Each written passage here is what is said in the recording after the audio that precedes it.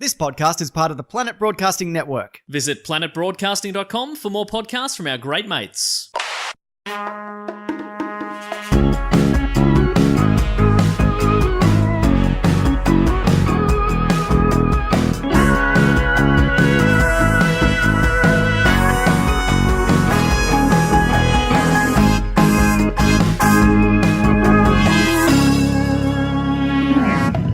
Welcome to Primates, the podcast about primates in popular culture from Chimpan A all the way down to Chimpan Z. This week I'm joined by two very special guests, as have been joining me the last couple of weeks. It's Jess Perkins and Mr. David Warneke. Hello. It's almost like you have no other friends. Hey, that's not true. Name two other friends you have. Amy, painting, and Greg, light bulb. Oh, okay. I've met them actually. Yeah. They were very nice. Yeah, Real. Greg was lovely. And know how to party too. Yeah. I called him Mr. Lightbulb and he said, please. Mr. Lightbulb was my uncle. Call me Greg. Yeah, his uncle had a big company. They made fertilizer. Cool. We're in London. It's our last day of our 2.5 week tour of the UK. So it's a bittersweet symphony going on over here. Yeah. This apartment that we're in is so swish. Matt, do you have socks on right now? No socks. Can you feel how warm the floor is? It's a warm floor. Is it heated? I don't know. Or it could just be heat from downstairs. It must be heated because I got some socks out of my suitcase the other day, which was lying on the floor, and they were hot. And I started thinking, why is my suitcase warm? Yeah. What's happening to my suitcase? Heated floors. Yeah, That's a it's nice heating. touch. I am snuggly. Yeah, this place is a palace. Yeah, there must be electric heating under the floor panels. Well, down as a here. former Yeah, because I mean, salesperson of heating products, you would know. It's a really old building, so they definitely wouldn't have designed that in the build. It's not in the slab or anything. But there's so no it like must be. those classic white radiators that you get in most. That is true too. That's true, yeah. That is true. Well, what a fascinating start, and a new segment we're doing. What's heating your house? And Mine's love. yeah. And I can't, my power's turned off. I didn't pay my bill, so All right. yeah, just a lot of candles and hugs. it's love and 3 or 4 jumpers. Yeah, it's nice. We've had such a good time over here. We did 2 shows in London yesterday, which were both so much fun. Amazing. On our podcast, Do Go On. Which So is, good to, we finished with a really big show and I feel like we went out with a bang and it was just awesome. But I think I enjoyed every single show. Oh, for sure. And I already can't wait to come back and do it all again. And potentially we're probably going to America next year, which would be so much fun. And I would really be hoping to do a live Primates in maybe Gary, Indiana or somewhere. Bloody hell, that would be a dream come true. Anyhow, the last couple of weeks' episodes were both about Ace Ventura, the original, and also the sequel. I'm looking forward to talking about the third film today. Ace Ventura Jr., Pet Detective. Yeah, we're not going to do that, Dave. We broke too many hearts talking about Ace Ventura over the last couple of weeks. I've never got more feedback on a particular topic than this, and there are a few Ace heads out there who didn't like our probably like warmish. I'd say. I mean, I quite liked both movies. I just didn't love them like I did as a kid. Yeah. Yeah, we had a few ace heads that didn't want to face reality, I think. No, look, everyone, you feel free to love what you love. Isn't that's a beautiful sentiment? So the reality of the fact that I didn't love it, I mean. Oh, sure. I've never been tweeted more than I have on one topic than I was about a throwaway line in the sequel. Yeah. Which I didn't realize. I knew it was William Shatner, but I wasn't sure where it was. But it was from a 1960s episode of... Even you saying that makes me laugh. The Twilight Zone. The Twilight Zone. But also you said that it was Shatner. You said that on the podcast. I was assuming that meant that it was all I knew that he had done was Star Trek and also Boston Legal. So and I was pretty sure it wasn't Boston Legal. Well, you never know. Because Boston Legal came out after that movie. But... and Star Trek didn't have wings, and the line was "There's something on the wing," or something like that. Which was, looking back, it is, even though it doesn't really make any sense in the context. I have since been told that in America, if you're on a plane and you've got the window seat, you have to say that. That's like a a required joke. I imagine that these days you would be taken from that plane and interrogated for many, many hours. Yeah. The world isn't the same as it was back in the 60s. That's true. It was Or a even the different time. 90s. It was a different time. Or even yesterday. The world, that's how time works. That is true. The world has changed, but I don't think it changed any more than pre to post 9/11. That day, there was a seismic shift in culture and, just my own sensibilities. That morning I went to school a boy. That day I got home a man. Yeah. It was my 18th birthday. That's not true. Anyway, this week we are talking about a classic episode of The Simpsons. Dave, you've chosen this one. You wanted to go back into your forte. We've already done 2 previous Primates episodes about Simpsons episodes. This one, Dave, what have you picked for us today? We have picked Treehouse of Horror, which is their annual series of Halloween specials, and we've gone with the 3rd volume, which is part of Season 4 of the show. Season 4, Episode 5, originally aired in October 1992. In a very similar era to the Ace Ventura films. It was directed by Carlos Baeza, who directed 8 other episodes, including classics like Deep Space Homer. Oh, one of the best. So he's... Oh, yeah. Watch out for the chips. They're He had- ruffled. He had some classic episodes. He also did Secrets of a Successful Marriage and The Last Temptation of Homer. So we've never really talked to you about your Simpsons upbringing, Jess. Obviously, Dave and I grew up on it. Were you a Simpsons child? Yeah, big time. Were you Love a The Simpsons. Simpsons adult? Yes. Were you a Simpsons teenager? Oh, mostly, yes. I think I wasn't really allowed to watch it when I was quite little because my brother's 7 years older than me, so he was allowed to watch it, but I wasn't. And that always annoyed me. But then, yeah, as I got a bit older, and I mean, like, maybe I was 6 and they were like, maybe not for you. But by the time I was 10, I was definitely watching The Simpsons. And we had Foxtel for a while, and every Saturday morning from 8 till midday, it was just Simpsons episodes. Right. So Foxtel's like a pay-per-view thing in Australia. Yeah. Cable is the Obviously, best. Yeah, from the same company who make The Simpsons. So they have all the rights, and they play it every night on Fox 8. Yeah. I never had, obviously didn't have Foxtel. That's a affluent East kind of a... I did have it, and that is one of the reasons I'm a big Simpsons Right. fan. I know all the quotes and stuff because every weekend, like Yeah. you say, from 9 to 12, they play 6 episodes. Saturday, Sunday, they play 6 episodes, and I'd watch all 12 episodes. Yeah. What you two wouldn't realise is that on free-to-air, which is something you've probably never watched, it's the TV that poor people watch. It just comes into your home for free. Oh, cute.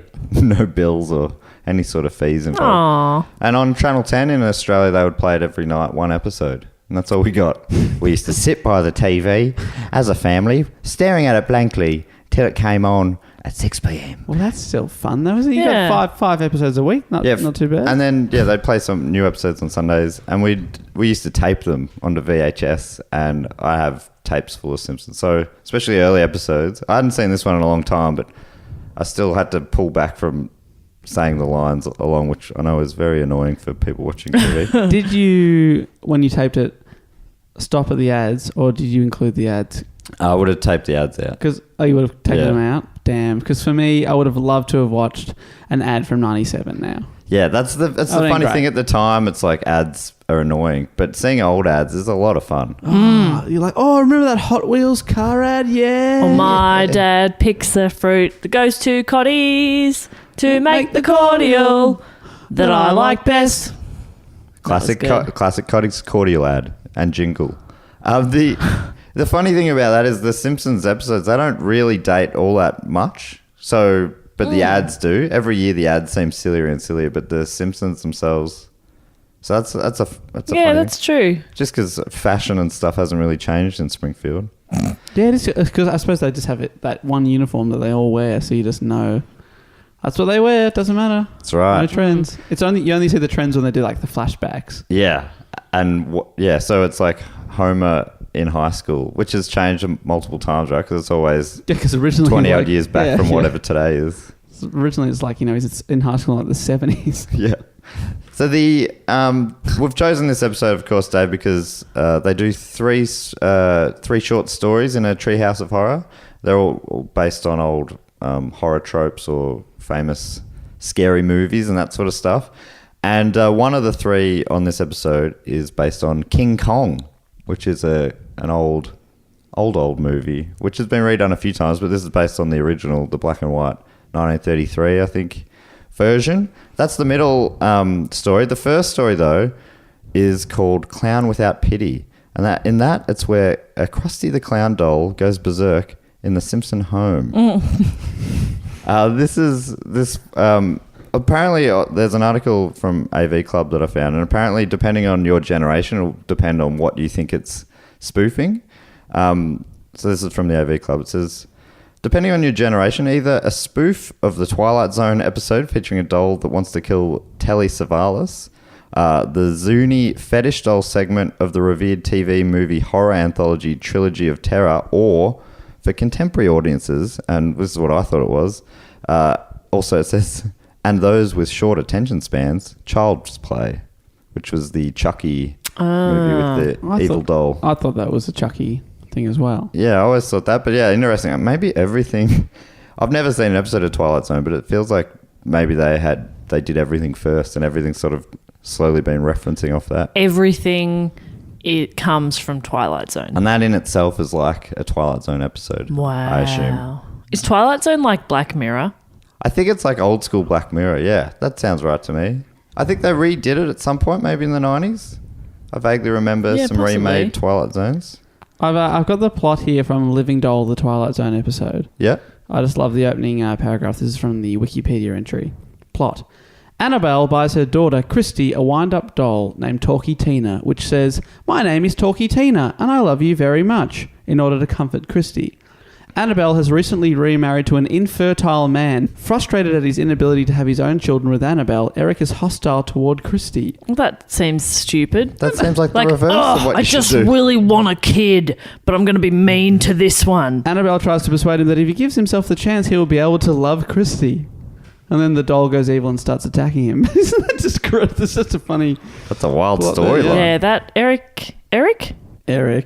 has some issues. He's got some issues. That And that the main nothing- issue is that a talking doll is trying to kill him. nothing a bit of therapy couldn't help. Eric's a great name, though. He's feeling vulnerable. He's got his own insecurities. And yeah, okay, you want a family, Eric, but there's more than one way to have a family. Yeah. And here is one presenting itself to you, desperate for you to be a part of it. Doesn't all have to come from your own seed, Eric. No, Eric, here's a little girl who'd really love, just some fatherly attention and some love. Yeah.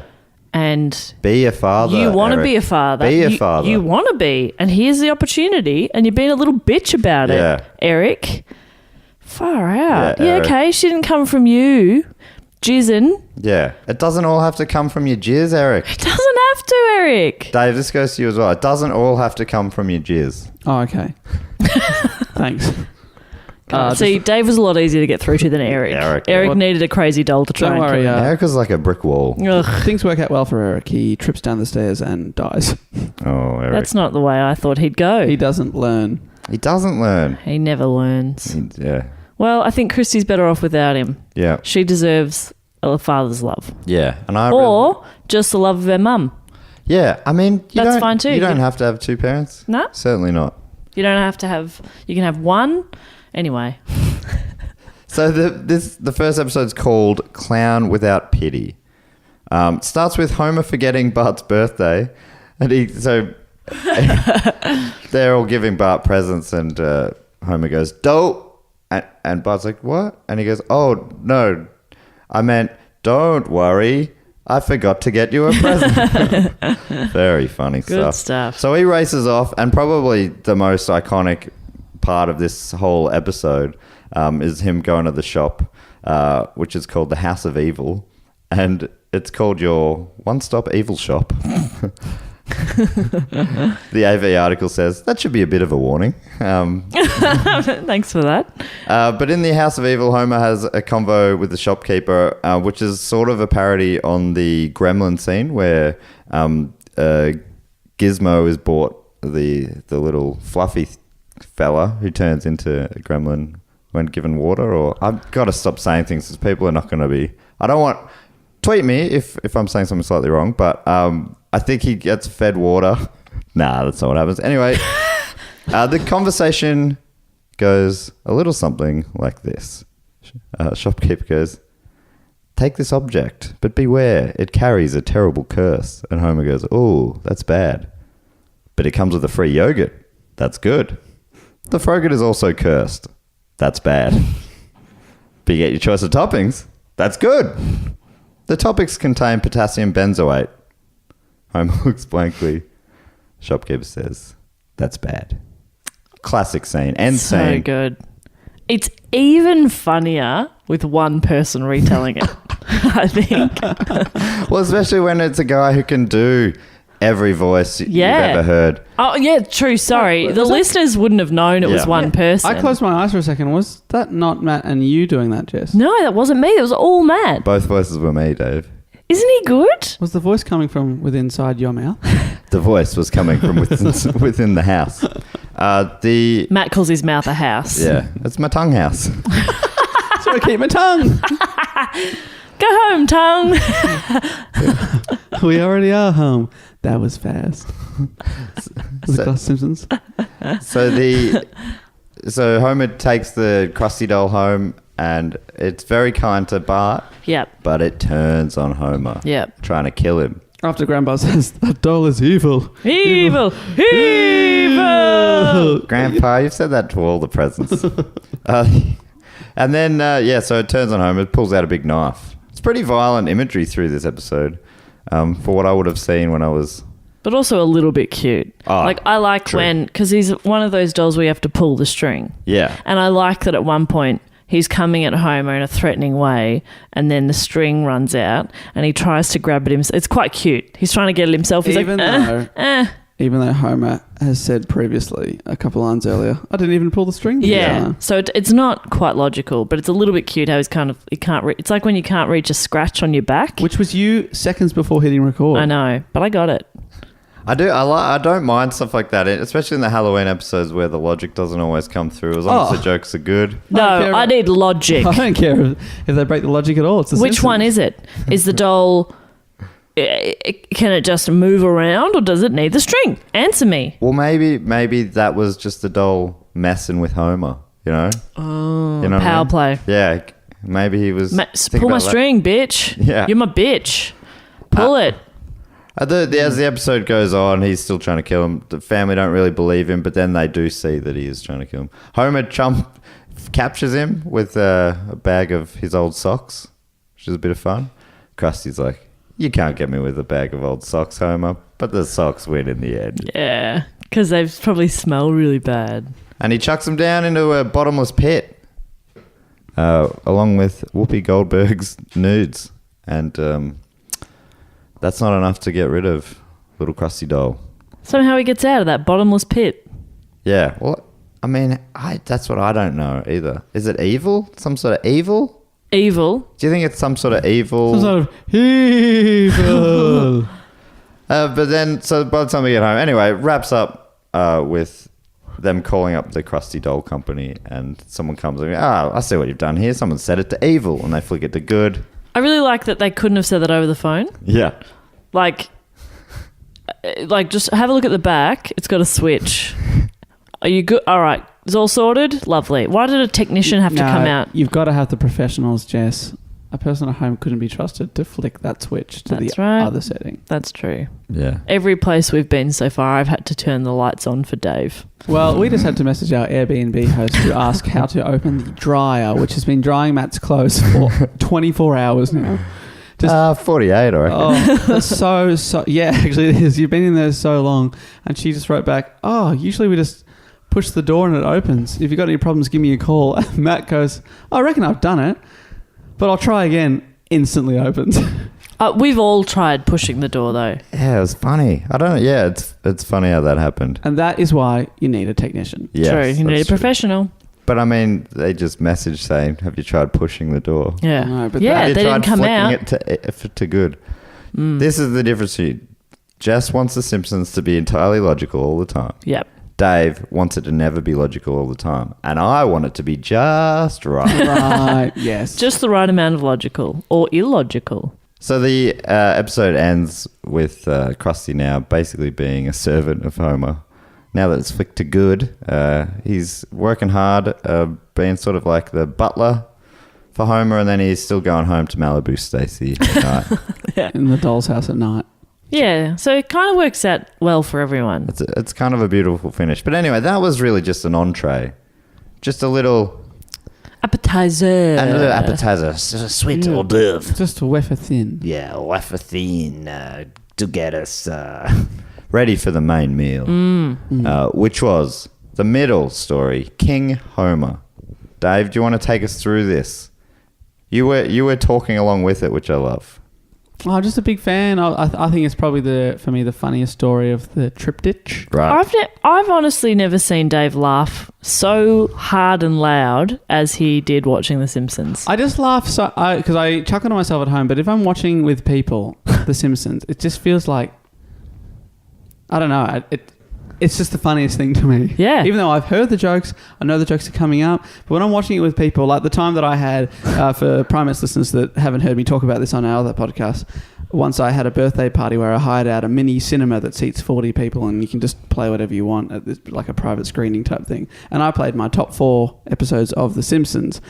I had the best night of my life. It was so fun because it's like you're watching it with a laugh track because there's a whole room of people. Most of the people there were big Simpsons fans, and then we were watching it, and it was very, very funny. I was there.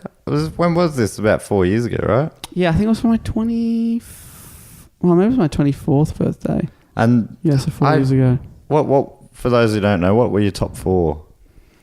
Oh my god! So Cape Fear with Sideshow Bob, which is a parody of Cape Fear, just without the E on the end, an extra E. Was the Lemon of Troy in there? I voted for that. I can't remember for it. I think, so Lemon of Troy, Cape Fear, then I had the monorail episode. Classic. And maybe Lemon of Troy didn't quite make it. That would probably be my 5th one. Sorry, let's go back to this one more time. We've got the monorail episode, Cape Fear, the one with Rex Banner, where they have the beer baron. Yep. Oh yes, and probably the one with hammocks, the hammock district. Yes, and You Only Move Twice with Hank Scorpio. Hank Scorpio is the best. That was, I think, I played that as Who my voices number 1. Hank Scorpio? Sorry, that's a question you don't necessarily have the answer to straight away. But I feel like it's going to be someone I know. And he was also in the Simpsons movie. He's been a few different characters, right? Playing the president, yeah. I watched that again recently. I saw the Simpsons movie at the cinemas and I felt a little disappointed by it, but I watched it again last month and I quite enjoyed it. Yeah, it's pretty good. I don't know why. Spider Pig does whatever Spider Pig does. Albert Can Brooks. he swing from a web? No, he can't. He's a pig. Look out. Did you know I found out recently on an episode with Levins on where we talked about the band Gorillaz? He was telling me about this upcoming Spider-Man movie, and in it all the different kinds of Spider-Men are going to be in it, including Spider-Ham, who is a spider pig who already existed before the Simpsons movie. What? I was like, what? Spider Ham. Yeah. I hate that. But you love Spider Pig. Yeah. That's interesting. It is interesting, isn't it? I'm a complex person. Albert Brooks. So yeah, he's a big stand-up. I think he was in like quite an early stand-up Can you show me his face? comic. He's in his early 70s now. Sorry, internet's not that great here, but I'm learning for Jess. Yes. Yeah. I know. And he him. also voiced Marlin in the Yes. Finding Nemo film. Yep. He did. He did indeed. Oh, that's so funny because I know him relatively well, and his voice is so iconic, like so recognizable. But I never connected the two together, which You seems kind of real dumb. No, you kind of always see the Simpsons in their own universe in a way. Right. I feel. Anyway, sorry, I derailed there. You were summarising King Homer. Oh, yeah. So we're talking about how much I loved it, Yep. watching it with friends. It's my favourite thing to do is watch The Simpsons with other people there. I just really, really enjoy it. I prefer to be alone at all times. Okay. I like to absolutely, fair enough. podcast alone. I like to travel alone. Yet haven't been able to do any of that. Sorry. so Last sorry. 3 weeks. So sorry. I'll tell you a bit of what AV Club talked about with this second segment. They called it one of the most audacious and ambitious in Treehouse of Horror history, and not just because it's in black and white. It's a parody of King Kong that works spectacularly well because Homer isn't just ape-like and simian on the inside. He's ape-like and simian on the outside as well. So it's not too much of a stretch to imagine the rage-filled man-child as a giant ape with serious anger control issues. Yeah. I was thinking that watching it. I was like, Homer does look a bit like an ape. Yeah. So it works. And The Simpsons used that right through the series. There was a bunch of times they would portray him ape-like. But obviously for Primate's listeners, they would find this segment of the episode very annoying because so many times he's called a monkey. Yeah. They also have, at the wedding later on, a lot of King Homer's family are portrayed as monkeys. It's like, what's going on here? I mean, they're very distant relatives. Maybe. Surely. Maybe that's okay, sure. Tiny monkeys So are distantly related to a giant ape. Cousins. Oh, okay, yeah. Well, I should say I'm not a scientist, so I don't know if that is far enough across to sort of genetically differentiate that far. So, yeah. Sorry, Dave. You are a scientist. And I That's right. Batman's a scientist. Now, monorail episode, there it is. The plot, if you did want me to talk about, please. so basically it is the parody of King Kong. So in this case, Mr. Burns and his assistant Waylon Smithers journeying to what is it? What do they call the island? Ape Island. Ape Island, that's right. Because at one point they're on their way over and Lenny and Carl are talking and they go, Ape Island, this is where there's a giant ape. I wish we were going to Candy Apple Island. Wow, what's there? Apes, but they're not as big. It's good stuff. That's good stuff. So they want to go and capture a King Homer, a legendary giant ape that is on the island. And they need some bait. So they put an ad in a newspaper for a young lady to come along. And that is Marge Bouvier. And in that ad it says, must love monkeys, which again, yeah, come that on. pissed Matt off. Come on, guys. Maybe that's unrelated to this quest. Oh, true. Maybe that's just a personal request of Mr. Burns with all his employees. Sure. Okay. No, I didn't think about it like that. That makes sense. Sorry, Mr. Burns. Sorry, Mr. Burns. I do Mr. apologise. Does Dave remind you a bit of Mr. Burns, Yeah, looks-wise? Yeah, and, just... That is so offensive. Being from the affluent East and... Well, not yet, but when you do lose your hair and have a bit please. have a little comb over, I reckon. I don't have the long nose that he has. Well, we can change that. Noses are always growing, Dave. Do you know that? Yeah. Your nose and ears will continue to grow. I'm really hoping he doesn't grow as long as Mr. Burns' nose. Well, Sorry, Dave. agree to disagree. Sorry you had to find out this way, Yeah. but that's going to happen to you. So sorry. Thank you. I look forward to that. And I also look forward to his many millions of dollars. Yeah. And they go and they find the ape. And then he is attracted to Marge. Yeah. Yep. Then they are able to capture him and bring him back to show. And much like in the film, he escapes and then climbs a building much like the Empire State Building. But he doesn't get very far, does he? No. It's implied that he's climbing for ages and he's getting really tired. But then he falls off the building and he was like at the first level. Very Very That's funny. good stuff. I like how when the journalists are asking Mr. Burns what the show is going to be all about, and he goes, well, you can look at the ape for about 2 hours, and I can't remember how he finishes that, but that's fun. It's funny in itself. Like it's just going to be standing there. That's the show. Yeah, just It's look on at it for Broadway. 2 hours. It's like it's a monkey. It's an ape standing there. Nearly said monkey. Monkey, Oh my monkey. goodness. Matt will kill you. Did you see how angry he just looked at me? Yes. I am furious. Have you seen... I haven't actually seen any of the King Kong movies. Have you guys seen... No.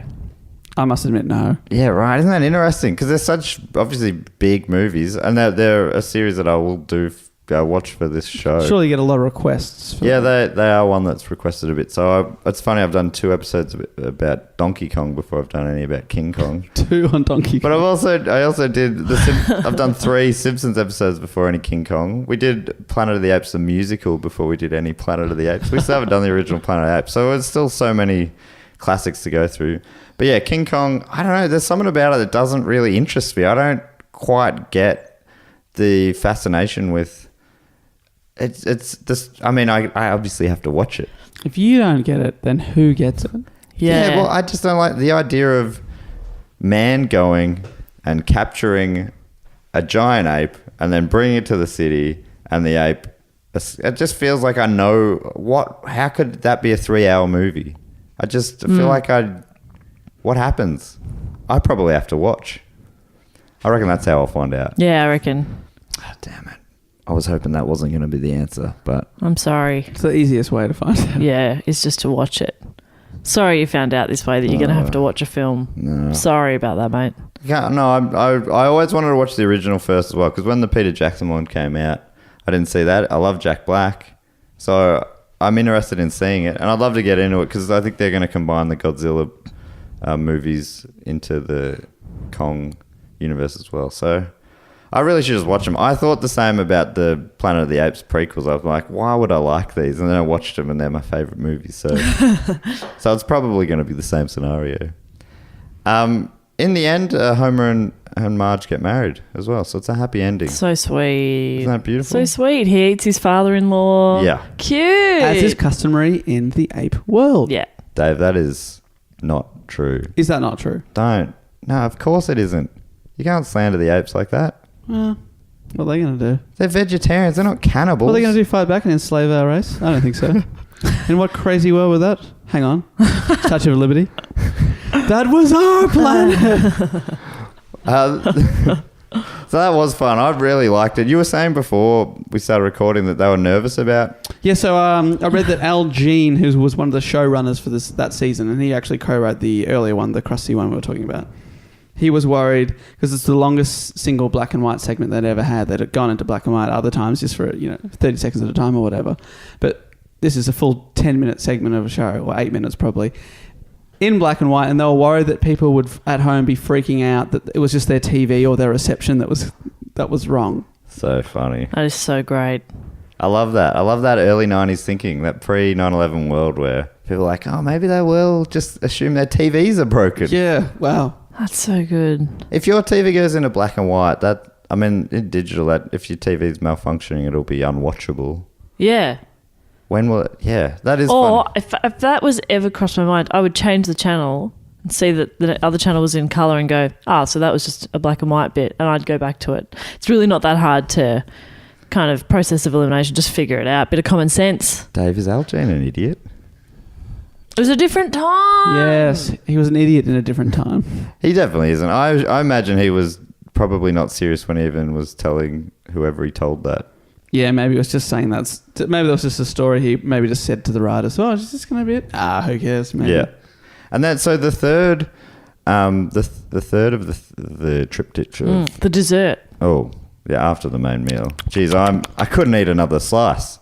But I will. But I'll have a little dial Z for zombie, which is a play on dial M for murder, which is what a fun joke framework that is, dial M for murder. You should try one by the end of the episode. Try your own version of dial M for murder, Okay. Dave. That is my challenge to you. Okay. Go away into the soundproof booth. See All right. Give you 20 minutes. You come back. All right. Okay, see you guys in 20 minutes. Bye. Bye, Dave. Bye, Dave. In Dave's place, we've got Dave's brother, Greg. Hey, Greg. Hey guys, I'm Greg. So good to have you in here. It's so handy to have you traveling with Dave. Yeah, well, I'm better than him in every way. And my name's Greg. That's the one drawback in my life. You got the name Greg. It's hard to be a rock star and be called Greg. Unlike do you mean? Dave, who is an absolute rock star legend of the podcasting world. And you guys should respect him more, even though I'm better than him. I'm Greg. That's kind of sweet, that brotherly kind of competitiveness. Like, he thinks he's a piece of shit, but we're not allowed to say Dave's a piece of shit. It's a real What did you roller say about coaster. Dave? No. I'm saying hypothetically. Okay, don't forget, I'm Greg. I know, Greg. Greg, it's so good to have you here, and you are way better than Dave, Thank as you. you say. I know that, but you don't. Oh, he just said it. You can't know it. Okay. I'm Greg.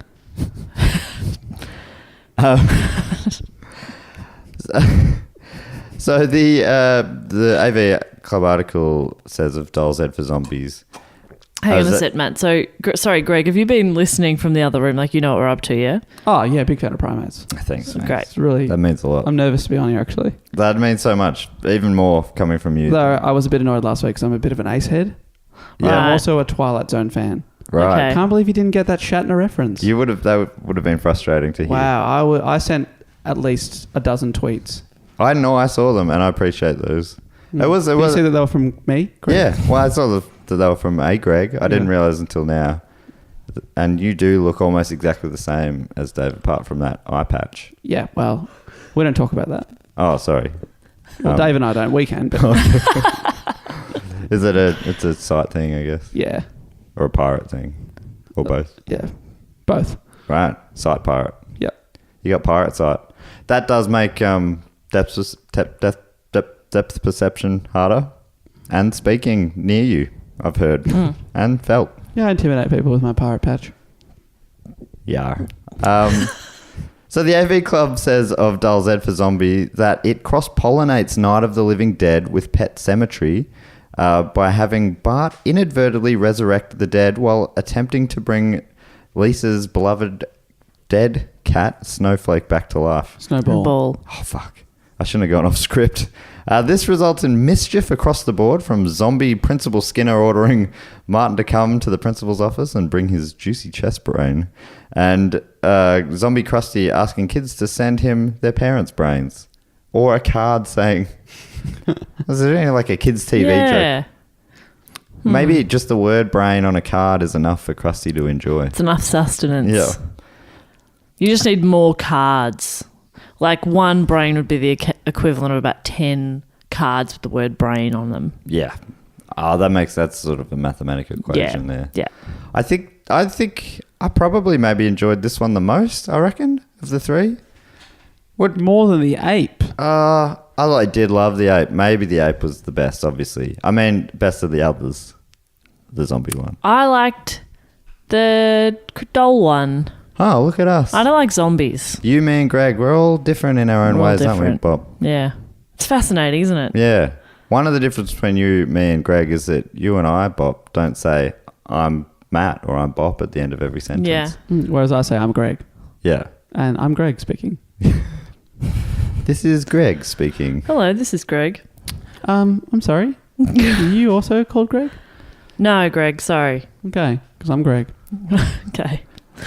The episode basically plays out with Bart and Lisa trying to figure out how to put the genie back in the bottle, so to speak, or the zombie back in the grave. They eventually figure out and Homer is actually one of the few times he's kind of a badass hero character in this. He's going around shooting zombie Flanders. One of the great lines. I read that one of the writers agree that one of the best lines Ever in The Simpsons? ever on the show. That's so good. That's a huge call. That is, yeah. And it would be a very tough decision to make. He was a zombie? Yeah. You shot zombie Flanders. He was a zombie? Very good. very 'Cause good. Homer hates Flanders and he just shoot him anyway. Apparently that's from Mike Rice, wrote that line. Oh, you'd be proud of that one, Mike. You'd have Props that to framed, I reckon. Yeah. He also kills zombie Shakespeare, zombie Einstein, and zombie George Washington. That's right. The big three. It would have been, they could have gone with anyone. I like that sort of cross section. You got literature, you got politics, Yep. and you've got Science. science. The big three. Thanks, Greg. Greg. That's like us. Yeah. Politics over here. Politics over there, Dave. You're. Greg over here. Oh, sorry, Greg. Oh my God. You took your eye patch off? Yeah. He just needed to air out his eye for a bit. Yeah. Oh, thank you for putting it back on. Greg, obviously, you're a man. I'm Greg. Oh, you're Greg, yeah. And a man of science, and I am a man of literature. Yep. Yeah. I'm the Shakespeare of England in a lot of ways. Yeah. Now that I'm here in England, so. I'm trying to get that catchphrase on all of our podcasts. Yeah. You've been saying of English people, they are the themselves of England. No, I wouldn't say that. I'd say the three of us are the English people of England. Okay. Don't you think? Yeah. When I put it like that. Yeah, that does make the most sense. Yeah. When you put it like that. Yeah. When I put it like that. Yeah. Yeah. Makes sense, yeah. My elbows keep making farty noises on this table, and I'm hoping that it picks it up. That Elbows. is the perfect cover. Oh, my elbows. Yep. Jess, just. It's my elbows. Okay. It is. I'll accept that. Greg, it is. I'm Greg. Okay. That's all you need to know. Still Greg. Still Gregging. Dave's in the other room. That's what. How you doing in there, Dave? Yeah, just give us a sec, Greg. All right, mate. Thanks, mate. See you soon, mate. All right, mate. I'm Greg. I know you're Greg. Well, all right, bye. Bye, Greg. I'm Greg and I'm back. It's cute that they call each other mate. Yeah, that is nice. It was nice seeing you guys interact because you've done very little of that on the trip. Yeah, it's weird that Greg's mainly stayed in a room. Yeah, in a box in a room. But Classic Greg. that's how he travels. I like tight spaces. Yeah. Greg found that funny. Greg's got a quirky sense of humour. Yeah. Everything about Greg is pretty quirky. Yeah. Yeah, that's true. What a guy. Greg. So good to have you here. I honestly hope you stay and Dave doesn't come back. You hear that, Dave? All right, mate. Yeah, wow. There's a lot happening here. Yeah. Hope that's coming through on the mic. So the storyline ends with Lisa and Bart going back to the library where they found the book that gave them the zombie spell in the first place, and they found another book. Ideally, the reverse spell would be in the same book. Yeah. But they had to go find another book, and then that book undid the curse, but also turned Lisa into a snail, which is a bit of fun. Classic. It would have been good if she stayed a snail for the rest of the episode. Like, that was the trade-off. Was that the zombies are gone, yes, but Lisa's a snail. But when Bart did the spell properly, Lisa went back to her normal self, and all the zombies went away as well. The episode finishes with Mayor Quimby saying, "The zombies that plagued our town are now just corpses lying in the street," and everyone cheers, which is good fun. That is good fun. Oh, yeah, you'd expect them to go back to their graves. Some of them, I think, did. Some did. John Smith, 1882. My mistake. My mistake. Two John Smiths go for the same grave. Very funny stuff. That would be, you could see that being a bit of a trouble for a man named John Smith. Yeah. Which grave's which? That's why you gotta look at the DOB and the DOD. What if they were the same? Imagine that. I mean, what are the chances? But possible. Possible. Very much possible. Very possible. Yes. Especially in the world of a John Smith. Totally. There's so many of them. Statistically, two are bound to have been born and died on the same day. Yeah. Buried in the same cemetery. Yeah. Zombified on the same day. Yeah. Going back to their grave at the same time. And they're alphabetically sorted graves too. Yeah. So that that makes sense. Yeah.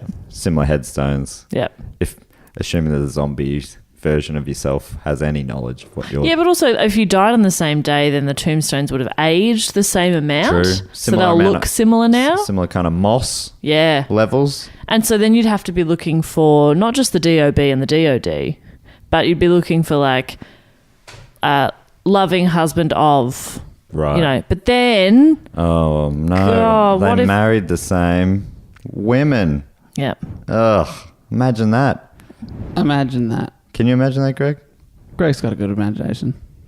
Oh, okay. I'm imagining it right now. I also like how when you're buried, you're dead, so you don't even know where you're buried. So it'd be a bit disorientating when you wake up. Yeah. You're like, in the ground. You'd be like, I was oh. not expecting that. Wow, Yeah. okay. I always assumed I was in a cupboard. Wow, they did not put the money or effort into this tombstone. What a brutal way to find out. Yeah, You're dealing with that, and now you're a zombie. So there's a lot going on there. there's a lot. And you're now all of a sudden you've got an insatiable appetite for brains. Human brains. Yeah, it'd be a lot actually. It'd be really quite emotionally draining for the zombies. I mean, they're the real victims here. Yeah. And I mean, I don't think that comes through. They didn't Yeah. ask for it. They didn't ask for this. No, they didn't. That is something that, has that ever been addressed? Maybe it probably has in the zombie world of film, but Because there's a lot of those. Because they are the true victims. Yeah, I mean, they're not in control of what's happening to them. They're also literally the victims. Like if they've been attacked by another zombie, they went from being a victim to an evil person instantly. That's not fair. Come on. Yeah. I reckon, and I know there's a trope in zombie movies where you'll see a loved one become zombified and you'll be like, the real you's still in there, and then that person will get zombified. Yeah. You gotta let him go. You gotta let it's him not go. them anymore. That's not Greg. That's zombie Greg, who's not Greg at all. I am Greg. Oh, sorry. Yeah, no, hypothetical there, Greg. Greg doesn't do act outs. Okay. thought you had a great imagination. Yeah, in here, but not out here. Okay. You were talking about in your brain and I out of your tapped brain? my brain in my mind. I think that... Do you see? I didn't do it out here, but I did it in there. Okay. I remember as a kid, the most quotable things in the schoolyard was that John Smith thing, and also the brains, and they'd go up to Homer and tap on his head, and it made this great hollow So sound. people were tapping on other kids. Yeah, going brains, and then go off in another direction asking for brains. That is funny stuff. That's good stuff. That is good stuff. How fun is going through and retelling good jokes badly? You are nailing it. Thank you so much. Do you have anything else to say about these episodes? Before I found an article that has gone through and ranked all the Treehouse of Horror episodes. Wow. And it came up, this episode, Treehouse of Horror number 3, came up at number 12. And this is what the article said from gamesradar.com, a very trusted website when talking about Simpsons history. It said, probably the most disappointing of the early Treehouse of Horrors. Though an average episode 4 Simpsons episode is still better than most shows ever produced. Oh, wow. Huge call, but accurate. Yeah, yes. King Homer may be beautifully animated, but it rarely strays from full-on parody.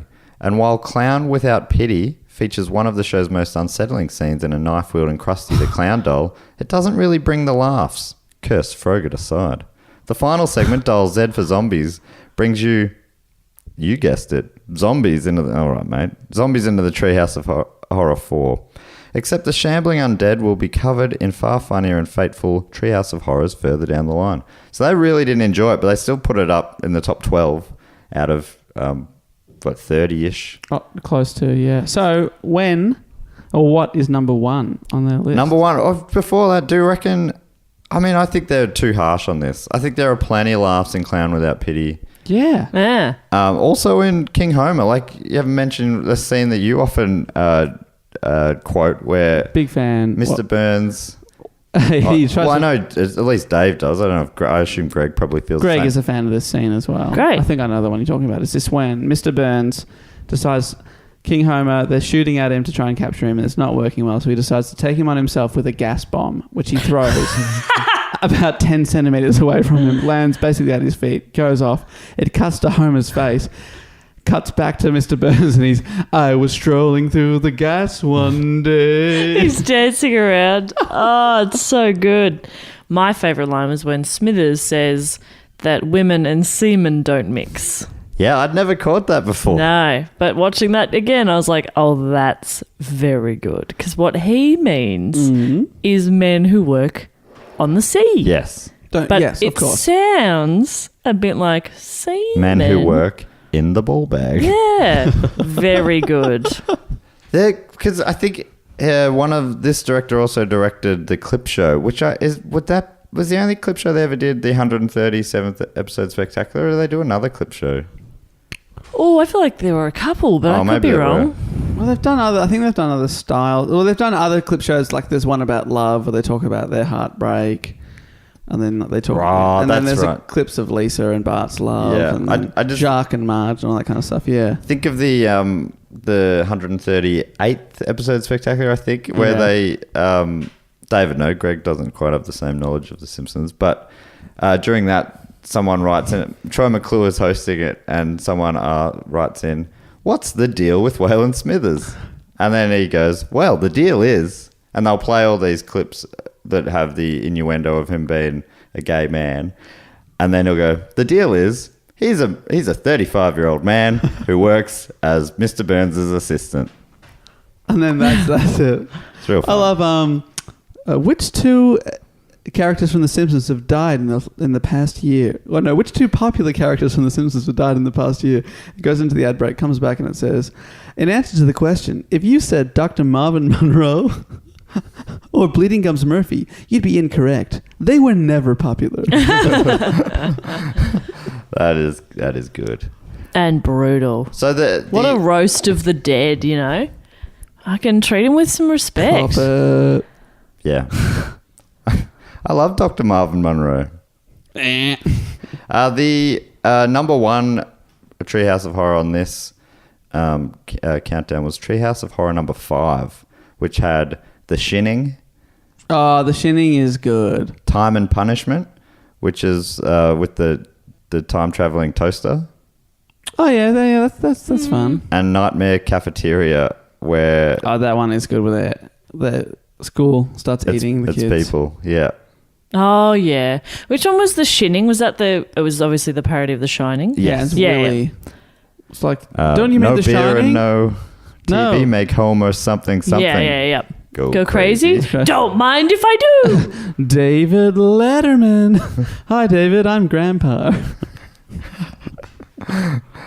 So yeah, that was number one. But that seems like a fun thing to go through all those. I'm just trying to remember, because when I look back at them, I imagine this the mini part itself, not as the triptych as a whole. I'm a big time travel fan. I love that song. I really love that toaster, time traveling toaster. So much fun. All the different realities they landed in. Yeah. Raining donuts. Donuts? Donuts. What's a donut? Oh, it's raining again. Poor bastard. So we normally come to the end of reviewing. We're not reviewing. We've never reviewed anything. Well, come to the end of talking about the movie or TV show or whatever with, as you guys would know, talking about how much of yourself you see in the on-screen primate. In this case, it was King Homer. Yes. What do you folk think about that? I can relate quite a bit to King Homer in that I feel quite trapped Yep. and hunted. Okay. So I get that. Yes. I feel that. I feel like people, they come up to me and they pretend that they're just chatting to me, but I'm like, I know you want to put me in a cage and cart me back to your city and put me on display. Yeah. I know, like, don't bullshit to me. Yeah. Just say it. Just say it. And I get it, because all I really want at the end of the day is to get out of those chains, climb a building, and get married. That's all I want. Right. So you're quite a lot. So as a percentage out of 100, how much? 98. 98%. That's almost the same as what chimps and humans share DNA was. Yeah, well. Or it's almost, I think that's about exactly the same as our previous guest and scientist, Andy Matthews, told us. 98% humans and chimps share. So that's how I feel. Wow. Thank you for giving me a space to air that. All right. Thank you for feeling comfortable with this medium to Thank you. to speak out. Greg, how about you? Well, I'm Greg, and Greg shares a few traits with King Homer. I'm a slob, and I'm an ape. Yeah. And you're better than Dave. Yes, so I would probably say that I share approximately 73%. Hang on, did I miss something? Did you say you're an ape? Yes. I'm so sorry, I did not even notice that. Matt doesn't see colour. I don't see ape. Right. I don't see species. Yeah, so I'm Greg and I'm an ape. Wow. And I'm 73% same. That's my answer. Right, because Final answer. King Homer's a Lock big that in. ape and you're a... Smaller ape? Yeah. Whereas Bob is not an ape but shares 98%. I can't explain science. I'm not asking you to, Greg. I'm Even though Greg. you are a scientist. And I'm Greg. Scientist ape, Greg. You are Greg. There's nothing more true than the fact that you are Greg. Yeah. Nothing's ever been truer. I'm definitely Greg and not just Dave. Yeah. Pretending to be Greg. No, No. You hear that, Dave? What a strange thing to, That is a to real yell weird at thing us. to say. I just don't want people at home to think that this is some sort of gimmick. No, just has that happened before? Yes. Yeah, I've been right. confused for Dave Because you before. do sound quite similar, And it's to be very honest. offensive to be confused for that idiot. Yeah, we agree. And you do, even though you do look a lot like him, you do also, now that I see it with new eyes, look like an ape because you are one. And you've got an eye patch. So, I mean, there's two differences between you and Dave, even though you do sound almost identical. That's siblings. You know, my brother and I sound the same Yeah. as well. I think I would say that I feel about 73% similar to King Homer. Same as Greg. Yeah. Wow. I'm not an ape, but I am currently quite unfit. I packed runners on this trip, and they haven't really come out of the bag too much. We're on the top floor of this building, and honestly, I've avoided leaving because those stairs hurt so much to get back up. I've done some incidental exercise for sure. Sure, yes. A lot of stairs. Yeah, we've been on foot quite a bit, so I guess that's something. But yeah, I enjoyed that trip down Simpsons memory lane so much. I love their Treehouse of Horror. And I think it feels like, I don't know this for sure, but it feels like those episodes and being able to play with reality and that sort of stuff probably led to Futurama, which I love, I think, even more than The Simpsons. And Futurama is basically just a series set in a Treehouse of Horror universe, you know, time travel, future. Yeah. Fun, anything's possible. I love that stuff. So much fun. So I think that's why I like Rick and Morty as well, and Yeah, I love Rick and Morty. I like those shows where things are silly, like Sliders, where a crew of teenagers slide from reality to reality, and one of those realities was that everything was the same, only the women had goatees. And that is still probably my favourite ever piece of television. Wow, I didn't know that existed, but I love it. It's one of the only things I remember from that. They went to one reality where everything was the same, and they couldn't. One of the people that they picked up in another reality couldn't breathe the air in that reality. Oh, weird. I think maybe it was even back to their home planet, which that was what the whole goal was, to get back to their reality. But they'd picked up another slider along the way and got back to their reality, but the person they came with couldn't breathe our Earth's oxygen, so they had to slide on. Great little bit of drama. Wow, just get him an oxygen tank. I don't know how quickly you can do that, but you can slide real quick if you're a slider. So just make him go sliding. Yeah. Where at our destination you can slide off. Yeah. This There's the door. stopping all stations. Oh, do you not have doors where you're from? Well, let me explain them.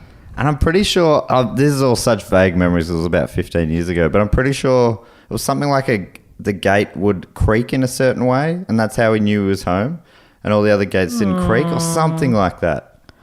That's cute. Poor Jerry O'Connell, or something like that, who starred in it, and also the film Stand By Me. Yep. I had to put the film in there so I could remember the name of it. That was a little bit of padding. A little peek behind the curtain there. The film, that classic film we all know, Help Me. It's funny. My brain will freeze in many ways like that. Sometimes if I'm emceeing a show, I'll nearly always be saying, please welcome to stage Mr. Dave Warneke. Yeah. They're like, oh, my good friend that I was talking to 2 minutes ago. Yeah, I've just blanked. Momentarily blanked on. So I'm always going, Mr. Sheffield. Imagine I'll do it one time where I'll do the padding Mr. but not get to the name. What do you do then? You do what John Travolta did, bringing out Idina Menzel and said, Adele does him. Oh my God. And he's reading off a script. Yeah, it was amazing. Adele does him. But I mean, at least he had some letters that were close-ish. I If you're guess. fully play what are the Mr. Funny Mr. Man. Mr. Bombastic. The man, the myth, the legend, the guy that we all want me to welcome to the stage. Please give it up for Mr. Let's start that applause. Let's get it going. Here we go. That's not enough because this grey is great. Sorry, just 1 second. All right. Yeah. Oh, man. What a nightmare. I'm going to look out for that now. It's Mr. Billy Connolly. Woo! It's my dad. I'm doing it. Looks like his 60th birthday or something, and I'm just done a speech. I should bring up the man of the hour. Everyone's here to see him. You love him. I love him. I know him well, and I know his name like the back of my hand. That's why I'm about to say it. If we could just get a bit of applause. How have you enjoyed the night so far, everybody? You having a good time out there? Mr. God, I can't think of his last I name. cannot think of it. I does not need any introduction. Please welcome him up, the guy we're all talking about now. With that introduction, please give it up for him. That brings us to everyone's favourite segment on the show. It's the Primate Sporting Mascot segment. Dave, are you pumped up? Oh, sorry, Greg. Honestly. I mean, should we get Dave back in for this? Yeah, could you? I mean, and if you're going to be here, please keep the eye patch down. All right, sorry. All right, eye patch back on. I'm going to go get Dave and bring him back. Dave! Thank you. Dave, it's time to come back in. I hope you've been working on that dial in for murder joke. I've been looking forward to that. All right. Yeah, all right, coming. Just making a cup of tea. All right, well, just bring the tea with you. No, I want to drink it first, and I'll be there in a sec. All right, well, wait, we're doing the sporting mascot segment, the segment that everyone loves. I don't even know Dave drank tea. Yeah, Jess, I can hear you. I don't drink tea, but I'm trying to make a few changes in my life. All right, come on in, Dave. All right, here I come. Dave. Greg. Dave. Greg. Dave. Hi, guys, it's Dave. Hello, Hi, Dave. Wow, Thanks that was so a really much. hot cup of tea. I think I've burnt my already small esophagus. Thanks so much for coming back on the show. I mean, small things can get burnt. Yeah. Yeah, they can and they were. Yeah. It was burnt by a tea. Yeah, got it. They can and they were. Yeah. Yeah, thanks so much for pushing through the pain and joining us Sporting. for the Primate Sporting Mascot segment. I was sent in this one quite a while ago, and I've held back on reading it out because I cannot find where the email or message. There's too many ways of getting in contact now that I can't find where it was from. So I've just cut and paste the message, but not the name of who. Great. So I'm really sorry, and thank you so much whoever did send this through. Let me know and I'll read your name out next week. But this is the message. It says, "Hey Matt, I'm really enjoying Primates. Thank you so much. That means a lot. You just wanted to read that bit. That means a lot to me." Yeah, and I just don't happen to have a name for it. It's not made up by me at all. Weird. They said, Primates has changed my life. this was early on, they said, "We've heard 4 episodes so far today."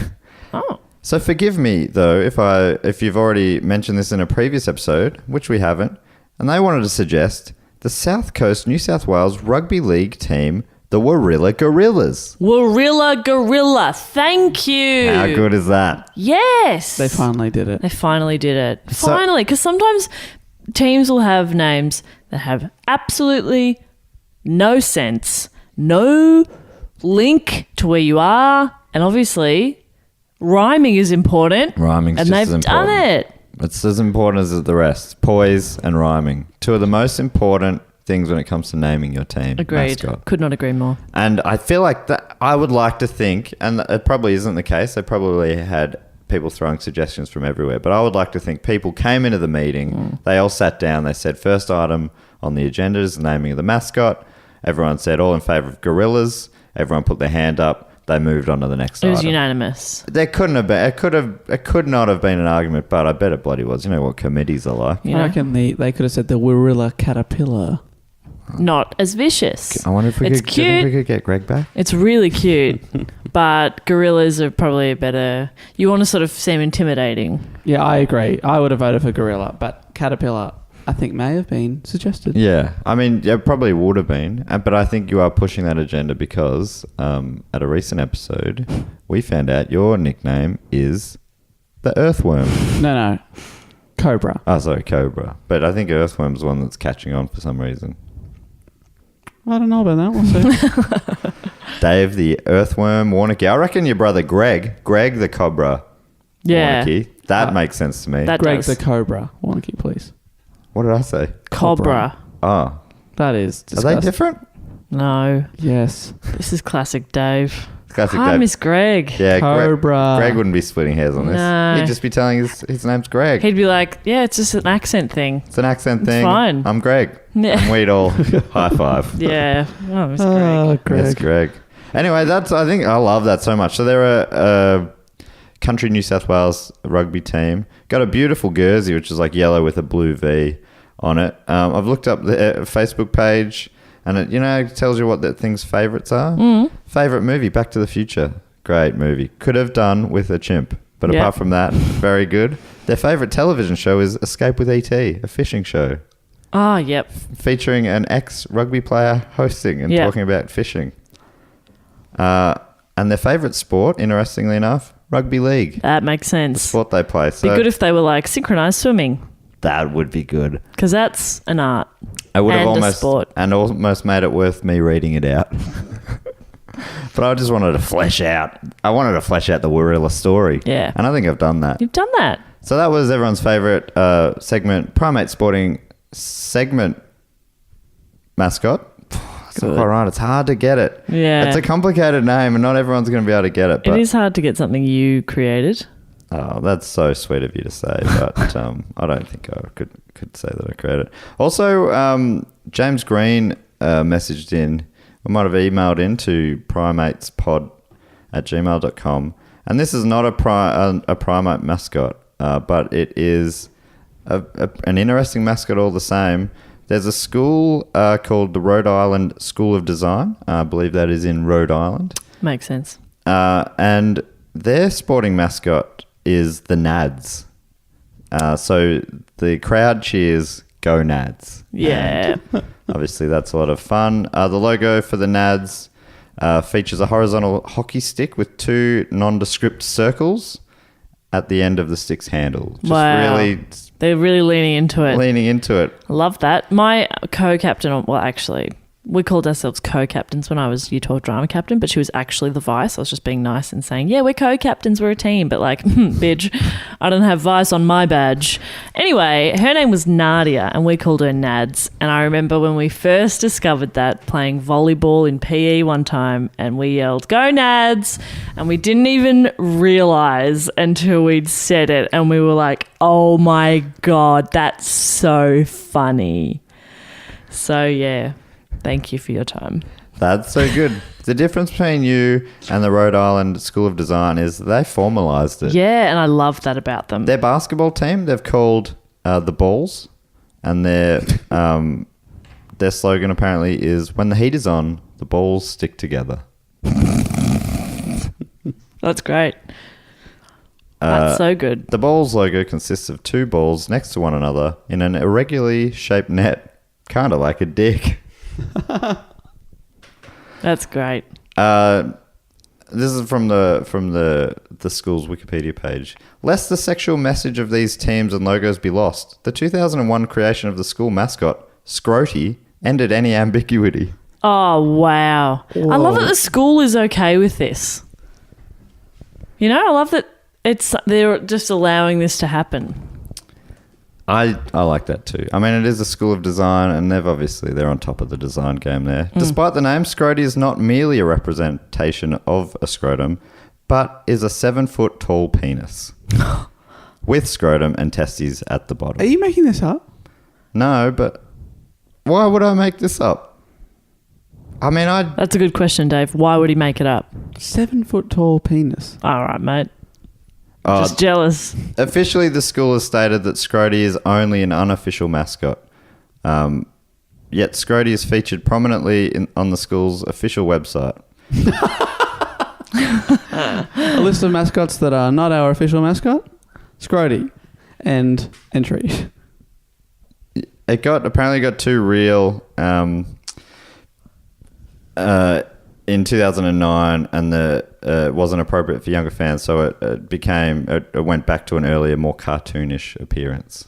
Anyway, bit of fun. That is good fun. Thank you so much, James Green, for bringing that to our attention. Thank you so much. Really do appreciate that. Very briefly, in Circus Watch this week, everyone's favourite segment of the show, Circus Watch this week brings us to India, as our man Andy Circus, the godfather of this podcast, who's played the king of on-screen primates, Caesar, and also King Kong. I think in the sort of and Gollum castle, of on-screen primates, I think you've got King Caesar, and then sort of you got the jester King Kong dancing at his feet. That makes sense. And then Gollum, I guess, is the queen. So this week, Andy Serkis is over in Mumbai, walking the red carpet for the premiere of Mowgli, which we talked about on last week's episode. It's the first ever India world premiere of a big budget Hollywood film. Wow, that's cool. Interesting. Yeah. Well, it's such a big market. And I think that'll surely only happen more and more because it's such a big market. Netflix bought the rights to this, so I think Netflix is really trying to do a big push into India. So that's possibly part of that.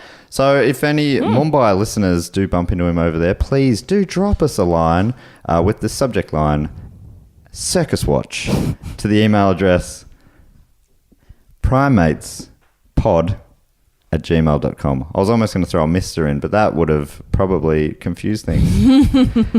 And then that now brings us to everyone's favourite segment on the show. It's the Patreon shoutouts.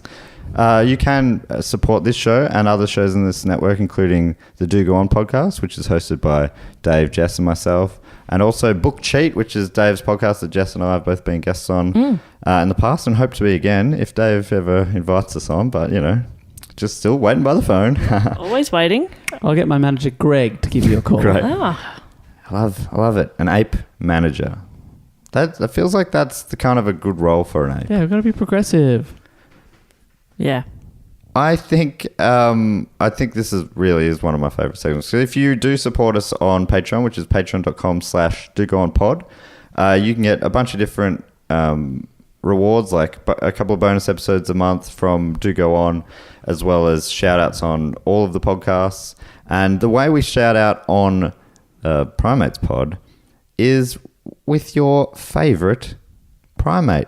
So I'm going to read out a few of our Patreon supporters and their favourite primates now. This is from Josie Penning. Her favourite primate is the proboscis monkey. She says that's because anything that gets through life looking like it has a big old ball sack for a nose deserves some love. Oh, that's nice. Isn't that nice? Yeah, I like that she's thinking there about how that primate feels. I think Scrody could be a proboscis. That feels right. Yeah, that makes sense. Stephen Jones says his favourite is the northern sportive lemur.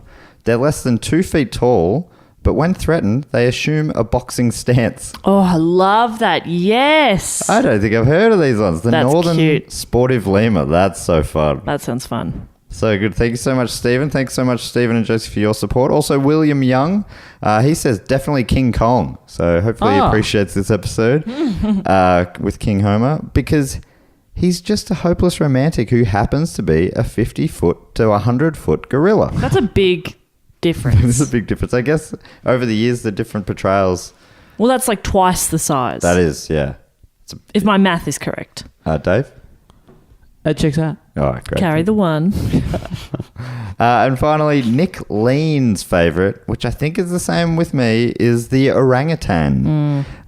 He says he can relate to those lanky arms, which again, I definitely can relate to that. Also suggests his other one would be Harambe, as those memes were something else.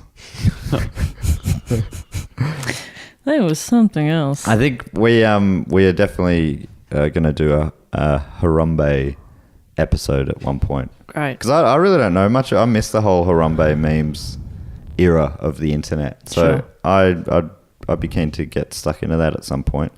So that does bring us to the end of the episode. So thanks so much for joining us, Dave and Jess. Where can people find yous? They can find us at the Do Go On podcast, which is the podcast we all host all the time. And yeah, if you want to hear some of the live episodes we've been doing, check that out. You can find us most easily probably at dogoonpod.com. Yeah. And our social medias are Do Go On Pod, and that's across Twitter, Instagram, and Facebook. Jess, your Twitter is always very funny, and your Instagram probably even better. Where can people find you on those? That's true. My Twitter is very good. I don't tweet very much. Jess_Perkins on Twitter and Jess Perkins on Instagram. Love an Insta story. Love them.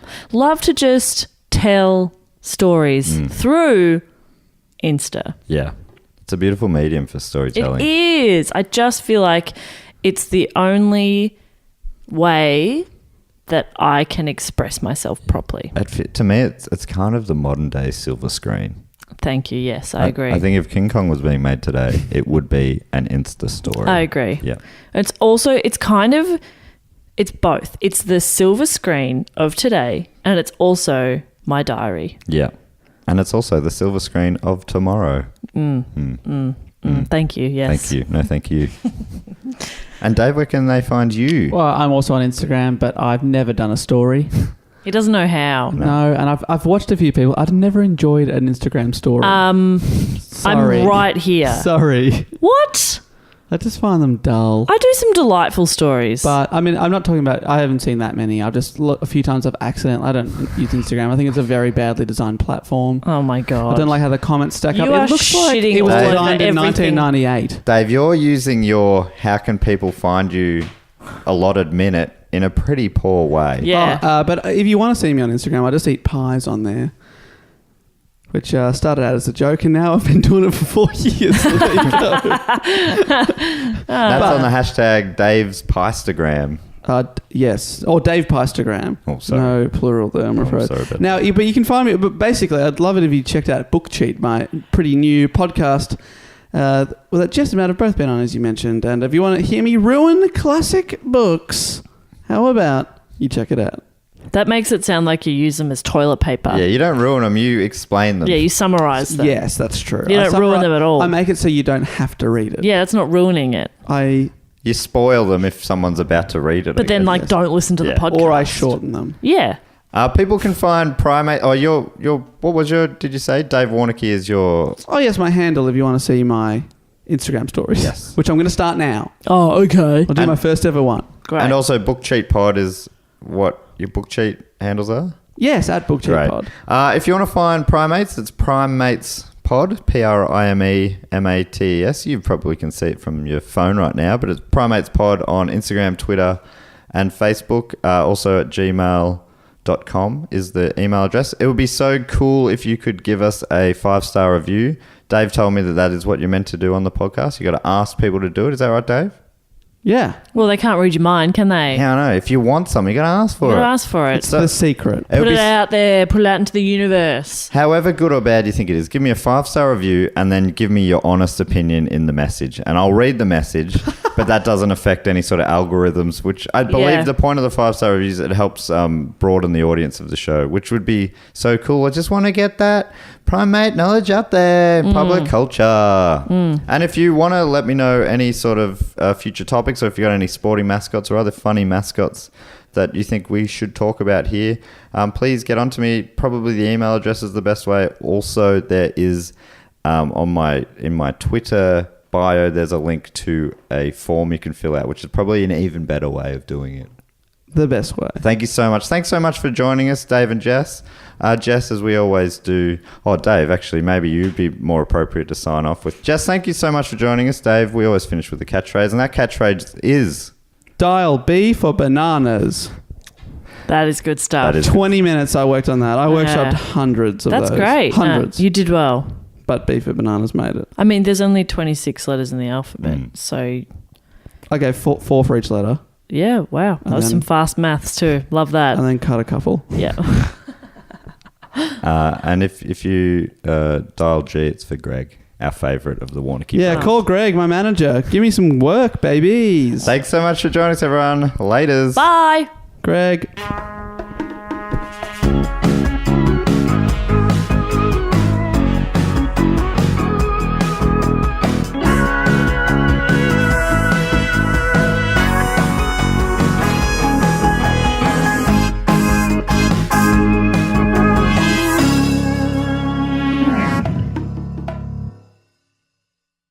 This podcast is part of the Planet Broadcasting Network. Visit planetbroadcasting.com for more podcasts from our great mates.